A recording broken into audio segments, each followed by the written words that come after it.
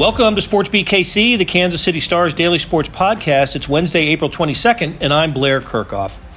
How many running backs will go in the first round of Thursday's NFL draft, and could the Chiefs be in the market for one? Star columnist Vahe Gregorian and I talk about the evolution of the position on the field and in the draft on today's episode. Okay, two things before we get started. I'm doing a little post-production editing here. In our conversation, I mentioned to Vahe that the last running back to be selected first overall was Bo Jackson in 1986. Well, Bo was first that year, but in 1995, Penn State's Kajana Carter was taken first overall. Sorry to mislead you, Vahe. The second heads up is this. I mentioned early in my conversation that we're covering several topics today. That turned out to be not true. We spent so much time chatting about running backs that we ran long, and we'll save the rest of our conversation for Thursday. Please tune in then when Vahe and I cover a couple more draft-related topics. So let's get started with today's chat with Vahe. All right, Vahe, are you ready for a draft? Well, Blair, I think the draft is always interesting, and I dare say it's been perhaps elevated in the minds of some, given the place it occupies in the sports landscape this time around. Well, let's just say that on the night that sports stopped for most of America, and certainly for us, March 11th or 12th, whatever that day was, we haven't covered a sporting event since then. And in that time, we would have covered many NCAA tournament games, opening day for the Royals, spring training, more spring training for the Royals, and then opening day.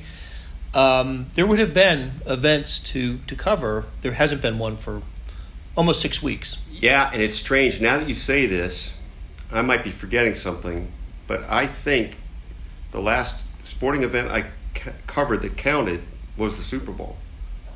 Really? Because I went down to spring training. I was there for a week or so, had a week vacation. I don't think I covered any basketball, just as we were getting ready for doing some stuff leading up to NCAA tournament time. I think the last event I covered was the Super Bowl. How about that? Yeah. Yeah, and I'll tell you something that I've thought of. Game-wise, right? Yeah. Right. Just being at a game and writing a column. Game counted, yeah. My wife Karen and I heard last night on the news that the COVID-19 was in the Bay Area couple of weeks, 2 to 3 weeks before it was the first death in Seattle, which I think was February 29th. Karen and I were in the Bay Area on the last weekend in February, and we just thought, how about that? Well, how about that? I saw that report, and I've thought about this a little bit, and I don't need to take us too far afield here, but I mean, we went to Mexico on that trip. That trip in mid-February, as far as I know, it was untouched time and all that. But it reminds you that you don't know what was where when, and, right? And that's how sinister and insidious this whole thing is. I think we were both on planes that weekend. Yeah, that's true. I think we figured out we might have even been on planes on the same day or somewhere in there. Right. And this was a really weird episode, but honestly, now that I'm thinking about this, we were on a plane to Mexico through Houston. A person died on our plane flight. It was a person who got on the flight very ill. Now, elderly person. We have no reason to think it was or wasn't this virus, but it does make you wonder, what was the root cause. My wife, being the former reporter and actually current reporter that she is, did follow up with the Houston health authorities to find out the cause of death, and it was a heart disease. Anyway, I told you I wasn't going to go far afield here, and look at me now. Well, it's going to be great to have a live sporting event over the weekend, starting Thursday, and of course with the first round of the NFL draft, which continues with rounds 2 and 3 on Friday, and then 4 through 7 on Saturday. Herbie Teope and Sam McDowell, who are our day-to-day beat writers for the Chiefs, were talking. We were talking for a podcast earlier this week how different it's going to be for the NFL. Roger Goodell is going to be in his home in Westchester, New York, and of course the Chiefs, like all the 31 other NFL teams, will be working out of their homes. right? Brett Veach, Andy Reid, they'll all be working out of their homes to conduct the draft, and that's going to present challenges and issues.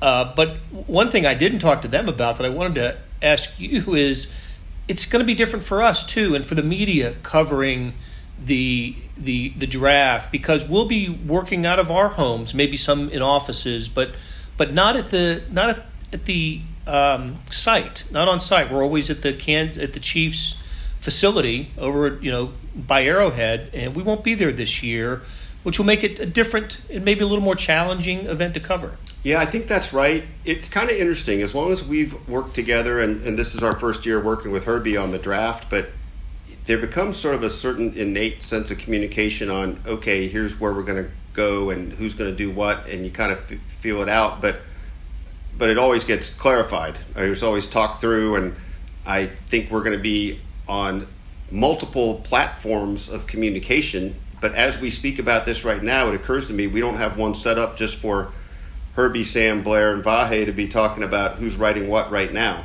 No. I mean, that's a little too much inside baseball here, but that's how we work though, because we're in a confined space in the press facility, which that's a whole another topic of conversation that will attack the confined space of the Chiefs media room and how that might change in a post-COVID world. Well, that's right. And look, this was before my time, and I think you were certainly doing some stuff with the Chiefs, but not as much as you've been doing now. It's my understanding that 7, 8, 10 years ago that there was a much more spacious area granted to the media in there, but then they kind of kept trying to move the media farther outside the zone, right, so to speak. And now it is a pretty small room. I mean, and when you have people coming in from all over the country during the week for Chiefs media conferences, there's really not enough room to work. Used to be in the press box, and which is very spacious. But that'll, I'll tell you what, I'm looking forward to the time where we can have a discussion about when we can get back to cover the team on a, on that sort of basis. Absolutely. So what we don't know exactly, we'll cover the draft like we always have. We'll report the Chiefs picks and what's going on in the NFL, and if the draft order holds for the Chiefs, it's going to be a long night with the Chiefs drafting last in the first round, which is a great thing because 32 is reserved for the Super Bowl champion, and unless the Chiefs trade out of it, that's where they're going to pick, which will end the first round of the draft, and then it'll be past our print deadlines. I don't think you'll see anything in the Friday editions of the Kansas City Star. It'll be all over kansascity.com with several stories. But there is something a little bit different about our coverage of the draft this year, and you and I happen to be practicing good social spacing, sitting in a studio at the Star where you will be part of a program that will last as long as the first round of the draft, in which we come to you on Facebook Live and talk about the draft. The Chiefs and other McClatchy newspapers in our chain, and that's about 6 or 7 other represents 6 or 7 other NFL teams, and we're going to talk to reporters, sports editors, columnists from those papers about their teams and about the draft in general. For instance, the Miami Dolphins, the Miami Herald is a McClatchy newspaper. The Dolphins have 3 picks in the first round, so there'll be plenty of Dolphins discussion. Fort Worth Star-Telegram, former Kansas City Star reporter Clarence Hill covers the Cowboys, so there'll be plenty of Cowboys chatter, and several other teams will fall into that category. And like I said, you will be on the telephone speaking to us about your impressions of the draft and what the Chiefs might do, what other teams have done. It's going to be a different sort of evening for you, and I'm hoping that your telephone line stays open. Well, I'm hoping the Wi-Fi is working well. And up on our 3rd floor of our house, where my office room is, it sometimes fades in and out. Not conveniently, by the way, just fades in and out. So we got a little Netgear power booster yesterday to see about that. And I think the word to the wise in any of these situations, deadline situations with moving parts, is stay nimble. And I think we're gonna find ourselves needing to be, and I'm sure we'll be more nimble than ever. But it's going to be, I think, a very interesting process for you in particular as kind of the helmsman of the operation. I think you're going to be doing what do they call it, a whirl around, where you're Is that what they call it? Well, some people would call it something else. I see it more as a traffic cop sort of thing. There'll be some time to fill, that's for sure. 10 minutes between picks in the first round, 32 selections in the first round. Not every team has a first round pick, but there are 32 selections. So there'll be some space to fill, and I'm hoping that we can use today's conversation to test drive a couple of topics that you might hear again on Facebook Live Thursday night, and we'll see if they work. The first one I wanted to hit. One is they're all somewhat Chiefs related, but I think we can stretch them out also to include some national perspective. But let's start with this, Vahe. When you and I we are of the same age and grew up football fans at around this, in the same frame, right, time frame, early 70s into the 70s, that sort of thing. The running back was a glamour, if not the glamour position in pro football. Yeah. I don't know if I knew every NFL team's quarterback, but I knew who their star running back was. When you got a pack of football cards when you were a kid, you were looking for that. You were looking for Earl Campbell, or you were looking for the Walter Payton. You were looking for the star running back. And the draft reflected that. Running backs, NFL teams coveted running backs. And I think the list that I came up with was the overall number one pick in the NFL draft over a 26-year stretch included 9 running backs, more than any other single. I didn't, quarterbacks probably are first in that. There are a lot of defensive players. I didn't do the other positions, but 9 out of 26 that started like in maybe the early 60s, going through the 70s and into the early. I think I stopped it with Bo Jackson in '86. And you stopped it there for a reason. Not only is Bo of great interest in Kansas City, but also that was the last number one overall running back. The last. Since 1986. Startled me when I saw it when you sent me this infographic you did. That was I would never have guessed that would have been the last overall number one. Yeah, and listen, there have been some terrific running backs in the NFL since then, some MVP type players, but nobody who a team believes should be the overall number one pick in an NFL draft. I think there are a few reasons for this. I think currently, and if we can dial back for a few years, the role of the running back has changed a little bit, not used as often. But I also think that there is a financial consideration and a usage situation with running backs as well. No player on a football team seems to be more used. It's a poor choice of words, but the wear and tear on a running back is a different type of wear and tear than there is on other players. Yeah, and I think I got thinking about this through some of your prompts, and correct me if I'm wrong on this right away, but I can't think of a guy other than Derrick Henry right now that is the 35 carry a game guy, one guy, right? I mean, maybe I'm just not thinking of somebody. No, well, Ezekiel Elliott with the Cowboys is a valuable player, one of the top 2 or 3 running backs in the NFL. But Derrick Henry is certainly the. But maybe he's the prototype of the offense is built around the running back. Yeah. I mean, again, there's maybe Elliott's probably a good example of a sort of counterpoint, but really, and that speaks to, as you noted, the whole evolution in offenses. That's part of it.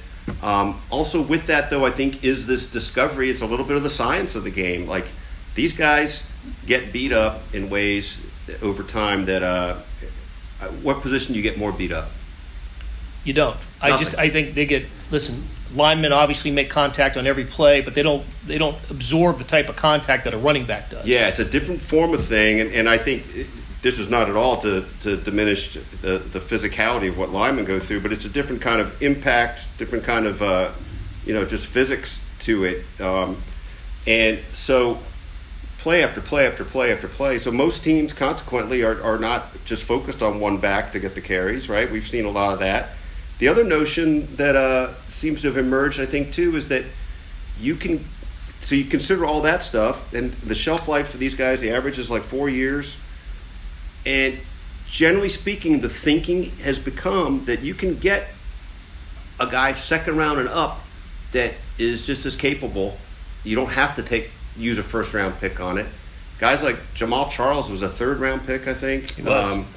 Just things like that. I think but it's interesting how a trend sort of began and then it sort of begot more, right? And I think it's just become the standard thinking now. Like, we don't have to spend a first round pick on this. There's very few running backs that will change the complexion of a game the way you might see a quarterback or receiver even be able to do now. So was it Saquon Barkley for Penn State was the number 2 pick a couple years ago, and he's had a terrific start to his NFL career. Now, it hasn't helped the Giants in the win-loss column, right? But he's been really good. But that position doesn't seem to change a team's fortune obviously like a quarterback does, or even a good rush end. Yeah. Right. But that's not the way we used to think of it. We used to think, boy, you get the running back who led the NCAA in rushing as a senior, you've got you really got something. Yeah, and look, I mean, I guess it really does go. I don't have these numbers in front of me, and you might, knowing you and the computer on your head, that you can kind of come up with these things from memory, but whatever it was, the tipping point was on the evolution into a more pass-happy game. I mean, when we were growing up, probably 25 passes a game was sort of the coin of the realm. Right. And now and to lead the league in touchdown passes was usually somewhere in the high 20s. Yeah. I mean, remember when Patrick broke Len Dawson's touchdown record, by 15 touchdown passes. By 20. Dawson had 30. Yeah. Dawson had 30. That's right, and he wasn't even the record holder, right? It was Trent Green. No, Dawson had the record at 30. Okay. At 30, that was the Chiefs' team record for touchdown, and that was set in the 60s. Yeah, so I mean, think about that. Now more games now, et cetera, but it's a completely different game today, and whatever that average passing number is now, it's got to be in the 40s or high 30s or 40s, and so you just run less. You don't. It's the theory of the Bo Schembechler theory of, 3 things happen when you pass, 2 of them are bad. I don't think that's how people think anymore. No. In fact, you can make a case, and we've talked about this a little bit with the show, the bit we did with Therese and Sam Mellinger about how the whole Chiefs premise on drafting Patrick was, we're going for it, and you're going for it with this. You're going for it with the arm and the brain and all that the quarterback can change in a game. Going for it isn't getting the best running back available. It's just not the case. No, it's not the case. It isn't. And I'm just, I couldn't come up with names earlier, but all of a sudden I'm thinking of John Riggins and Marcus Allen and Franco Harris, Super Bowl winning type of players back in the day. And it just occurred to me, I know there was a debate after the Chiefs Super Bowl that maybe Damian Williams should have been the MVP of the game and not Patrick Mahomes. But I think that speaks to what an unusually good, productive game that a running back had in a Super Bowl to go over 100 yards rushing. It just doesn't seem to happen much anymore. And look, I think that debate was a pretty pure, reasonable debate to have. I mean, there's a million ways to break down what happened in those last minutes of the game. And I do think the overriding thought people mostly had, though, is they couldn't have won that game without Patrick. Now, if you really look at Damian Williams' game, I don't think they could have won that game without him. I don't think so either. No. So it's not really whatever the term is, one or the other. But it was a terrific game by a running back who has served the Chiefs well, who the Chiefs didn't draft. Which is sort of a reiteration of the point, and doing it in Miami, which didn't care to keep him. Right. So Chiefs running backs drafted in the Andy Reid regime, Andy Reid's John Dorsey / Brett Veach regime. In 2013, they took Nile Davis in the third round. Third round, right? Yeah. Yep. They also took Braden Wilson, who was a Kansas State fullback, in the 6th round. He didn't make it through the preseason, but basically 2 backs in that. In 2014, DeAnthony Thomas was drafted. He's listed as a running back. I didn't see him as a running back, more of a slot guy, return specialist. But after that, Kareem Hunt in the 3rd round in 2017 and Darwin Thompson in the 6th round last year. So if you just true running backs, I'd say Niall Davis, Kareem Hunt, Darwin Thompson, 3 and 7 years. There was a stretch for the Chiefs, a 10-year stretch from 1994 when Greg Hill was their first-round pick, and Donnell Bennett, by the way, second-round pick. So they took running backs with their first and second picks in 94. 94 through 2003, they took 12 running backs. The Chiefs did. Some mostly forgettable, but the final one in that group was Larry Johnson, who was they took in the first round in 2003. Productive few seasons for the Chiefs, but that's the last time the Chiefs took a running back with their top pick.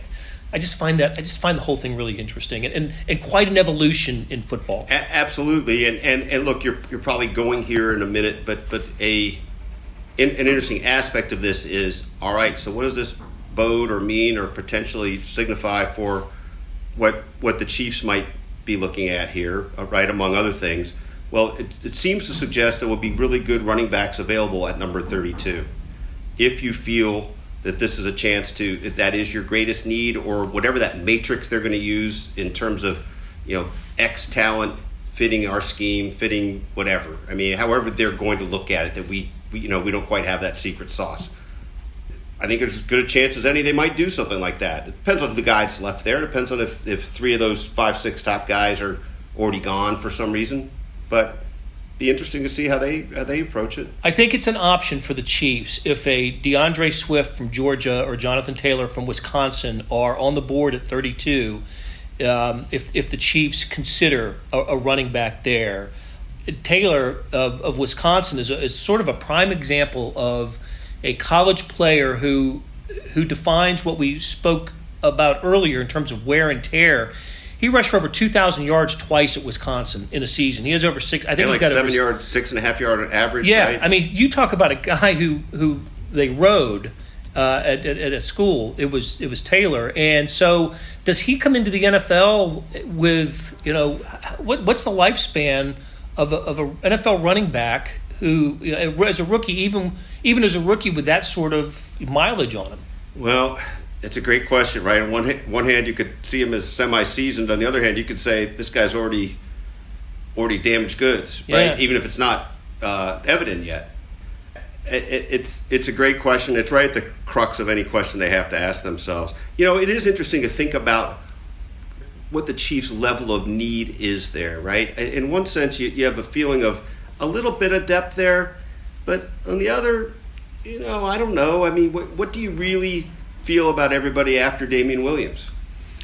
I mean, if Damian Williams were hurt, and he was hurt last year, and he was, led the league, led the Chiefs in rushing with 400 plus yards. Right. Had the great, again for the second straight year, terrific postseason. Yeah. I mean, we don't quite know enough about Darwin Thompson to think that he's a step right in guy and good to go. Everybody else just seems fairly pedestrian to me, and maybe I'm wrong. Maybe I'm not thinking this through enough on who's shown what. Well, but I do think that the Chiefs have convinced themselves that they can find a running back elsewhere. They can find a free agent running back. Right. Where they did that with they got Spencer Ware in a trade with the Seahawks. They picked up Charkandrick West. Those guys led the team in rushing in back-to-back seasons. Yeah. I just think the Chiefs look at that position. The way they look at interior offensive line is you don't necessarily need to use draft capital on that position. I was just going to mention that thought too, that it applies similarly to what they've done. I mean, they've certainly, obviously, Eric Fisher and Mitch Morse, and there have been a couple other linemen drafted I'm not thinking of offhand. Well, Nick Allegretti last year, who basically took a redshirt year. Yeah, but you look at the makeup there, they've been happy to go out. Yeah, especially inside. I think as long as they feel like they've got the tackles set and they do with Schwartz and Fisher, that the interior, those guards and tackles. I know they gave the contract to Laurent Duvernay-Tardif. Yeah. But there was some talk after the season that he might be a guy who was expendable for salary cap reasons. He'll be back, but they did some. Remmers is in because Wisniewski is out, and Andrew Wiley will be back. There's just been some movement on the interior part of the offensive line for the Chiefs that may not that doesn't in terms of just acquiring talent, it's different there than other places. It's just the Chiefs don't use the draft often for those players. So yeah. Hey, it's Blair. We have a special subscription offer for SportsBeat KC listeners, unlimited digital access to the Kansas City Stars award-winning sports coverage. Sign up now for 1 year of Sports Pass for access to all the sports news, features, and columns presented on the kansascity.com site, and it's only $30. That's a 40% savings off our regular rate.